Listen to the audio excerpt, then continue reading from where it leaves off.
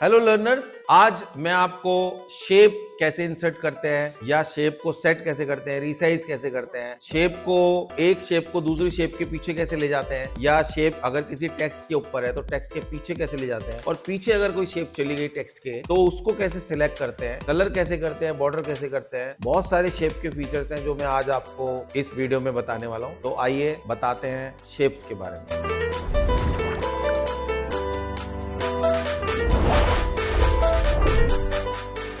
तो मैं आज आपको शेप के बारे में बताने वाला था। यहाँ पे आप इंसर्ट में जाएंगे, ये जो टैब्स हैं इसमें वर्ड में इंसर्ट में जाएंगे और यहाँ पे आपको मिल जाएगा शेप। तो जैसे ही आप कोई शेप लेते हैं, मान लो मैंने एक स्क्वायर लिया, तो यहाँ आपको एक शेप का ड्राइंग टूल खुलेगा और उसके फॉर्मेट में आप जाएंगे तो यहाँ पे आप और भी शेप ले सकते हैं। तो और भी शेप आप ले सकते हैं और यहाँ पे ऑटोमेटिक कलर, आप यहाँ से कोई भी कलर जो पहले से बना हुआ है वो आप ले सकते हैं, या फिर आप शेप फिल में जाके कोई भी कलर जो आपका मनपसंद है वो आप उस पर कर सकते हैं अपनी शेप में। और यहाँ पे है आउटलाइन, आउटलाइन को मोटा कर सकते हैं और उसका भी आप कलर चेंज कर सकते हैं। येलो कर दिया मैंने इसका कलर। अब यहाँ पे 3 शेप हैं, 3 शेप को अगर मुझे एक साथ साइज चेंज करना है तो मैं फॉर्मेट में जाऊंगा और यहाँ पे आप राइट में देखेंगे, यहाँ से चेंज करता हूँ मैं शेप का साइज। मैंने किया 1 और 1, तो सबका साइज 1 इंच बाय 1 इंच हो गया। ठीक है, आप यहाँ देख सकते हैं। और मान लो मेरे पास और भी शेप हो, मैं एक दो शेप और ले लेता हूँ। मैंने एक ये शेप लिया और इसका भी साइज में 1 and 1 कर देता हूँ, और मैं एरो ले लेता हूँ, इसका साइज में 1 and 1 कर देता हूँ। अब व्यू में जाके मैं एक 1 पेज करूंगा।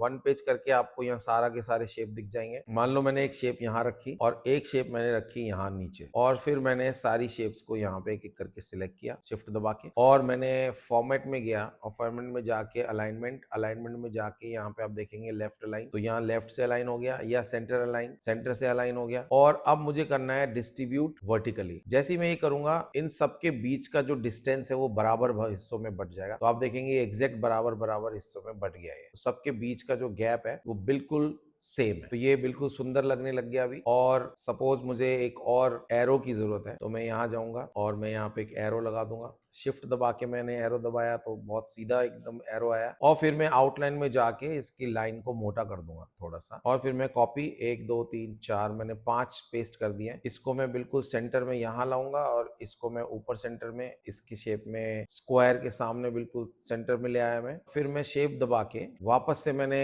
अलाइनमेंट में गया और मैंने कहा सेंटर, और फिर मैंने कहा डिस्ट्रीब्यूट वर्टिकली। तो आप देखेंगे ये सब उसके सामने सेट हो गए हैं, हर शेप के सामने। अब मुझे यहाँ पे कुछ लिखना है, तो मैं क्या करूंगा, मैं पहले इन सबको सिलेक्ट करके यहाँ से हटा लेता हूँ। इसको मैं बोलता हूँ कट। कट हो गया, मतलब मेरा क्लिप बोर्ड पे ही आ गया है। आप देखेंगे यहाँ क्लिप बोर्ड पे ये शेप्स आ गई है। तो मैं इसको क्या कर रहा हूँ, मैं यहाँ पे लिख रहा हूँ इनका शेप का नाम। तो एक है स्क्वायर, एक है स्माइल, एरो, स्टार और सर्कल। इसका मैंने साइज बढ़ा दिया, मैंने इसका डिस्टेंस बढ़ा दिया, साइज बढ़ा दिया है और मैंने इसका डिस्टेंस बढ़ा दिया है। और ये सर्कल इसके नीचे आ गया, देख सकते हैं 2.5 मैंने इसका स्पेस दे दिया, तो ये सारे स्पेस यहाँ आ गए। और इन सभी शेप्स को मैं यहाँ से इस तरीके से इसका नाम यहाँ पे ले आता हूँ, और जो शेप मैंने अभी पेस्ट पे रखी थी तो मैं उसको पेस्ट कर देता हूँ, और उन शेप्स को मैं यहाँ पे इस तरीके से लेके आ जाता हूँ। अब देखिए मुझे क्या करना है, मैंने ये एरो इसके सामने रखा, ये एरो मैंने इस सर्कल के सामने रखा, मैंने ये सिलेक्ट किया और मैं फॉर्मेट में गया और मैंने यहाँ से इसको वर्टिकली डिस्ट्रीब्यूट कर दिया और अलाइनमेंट सेंटर कर दिया। सेम चीज मैं इसके लिए करूंगा। इसको मैंने यहाँ सेंटर में किया इसके सामने, इसको मैंने सेंटर में किया इसके सामने, और फिर मैंने सभी शेप्स को सिलेक्ट किया, मैंने यहाँ पे इसको सेंटर किया और मैंने वर्टिकल डिस्ट्रीब्यूट कर दिया। आप देखेंगे बिल्कुल आमने सामने आ गया। मुझे यहाँ पे एक हेडिंग लगानी है शेप, और मुझे इसका साइज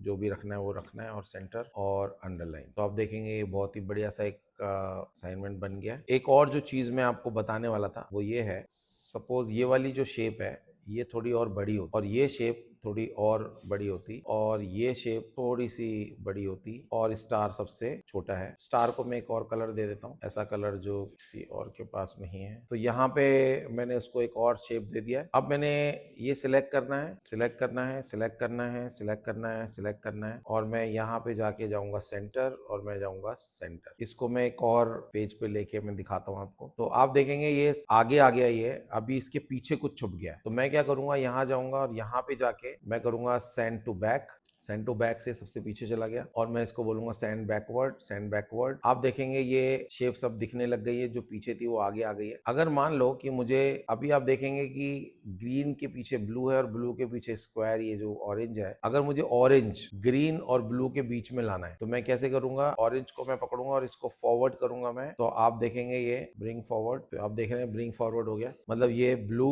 के ऊपर आ गया और इसके पीछे चला गया। और सेंड टू बैक करूंगा तो ये बिल्कुल पीछे चला गया। अगर मैं इन सभी शेप्स को आपस में सिलेक्ट कर लूं शिफ्ट दबा के और मैं सेंटर करूं तो आप देखेंगे ये बिल्कुल सेंटर में दिख रहा है। और अगर मैं लेफ्ट कर दूं और टॉप कर दूं तो आप देखेंगे यहाँ कॉर्नर पे सेंटर में दिख रहा है, कॉर्नर में दिख रहा है। और अगर मैं बॉटम करूं, बॉटम और राइट, तो आप देखेंगे यहाँ से अलाइनमेंट हो रहा है। तो ये शेप्स के अलाइनमेंट है। तो मैंने आपको शेप के अलाइनमेंट भी बताए हैं। और यहाँ से आप कोई टेक्स्ट अगर लिखना चाहें तो शेप के अंदर आप टेक्स्ट भी लिख सकते हैं। तो आप देखेंगे कोई टेक्स्ट अगर मुझे लिखना है तो मैंने यहाँ पे लिखा ये टेक्स्ट और मैंने इसको बड़ा कर दिया। तो ये शेप के बारे में था। और अगर मान लीजिए आपकी जो शेप है वो किसी टेक्स्ट के ऊपर है, सारा सिलेक्ट करके मैं टेक्स्ट लेके आता हूँ, 5 पैराग्राफ चाहिए मुझे 5-5 लाइनों के, तो आप देखेंगे ये टेक्स्ट आ गया, ये टेक्स्ट आ गया बहुत सारा। पेज विड्थ तक मैंने इसको जूम कर लिया है 148 और मैंने वो शेप यहाँ पे लाया। आप देख रहे हैं ये शेप टेक्स्ट के ऊपर है, ये शेप टेक्स्ट के ऊपर है। अगर मुझे ये शेप टेक्स्ट के पीछे भेजनी है तो मैं यहाँ से टेक्स्ट रैप से जाऊंगा और मैं बोलूंगा बिहाइंड, तो आप देखेंगे शेप मेरी पीछे चली गई है। अब शेप को सिलेक्ट करने के लिए मुझे इस वाले टूल पे जाना पड़ेगा और मेरे को करना पड़ेगा सिलेक्ट ऑब्जेक्ट। फिर मैं इस ऑब्जेक्ट इसको सिलेक्ट कर सकता हूँ और इसको टेक्स्ट को बाहर ला सकता हूँ, या मैं वापस से अलाइनमेंट में जाके इसको बोलता हूँ इन फ्रंट ऑफ टेक्स्ट। अगर मुझे टेक्स्ट को ऊपर नीचे बांटना है तो मैं ये टॉप एंड बॉटम वाला ऑप्शन सिलेक्ट करूंगा रैप टेक्स्ट का, ठीक है। अगर मुझे स्क्वायर में चाहिए तो मैं ये वाला ऑप्शन यूज करूंगा, मतलब टेक्स्ट पीछे नहीं छुपा हुआ है, साइड में आ गया तो ये इस तरीके से दिखेगा। या फिर मैं इन फ्रंट ऑफ टेक्स्ट ही ले आऊंगा। अगर मुझे चाहिए कि यहाँ पे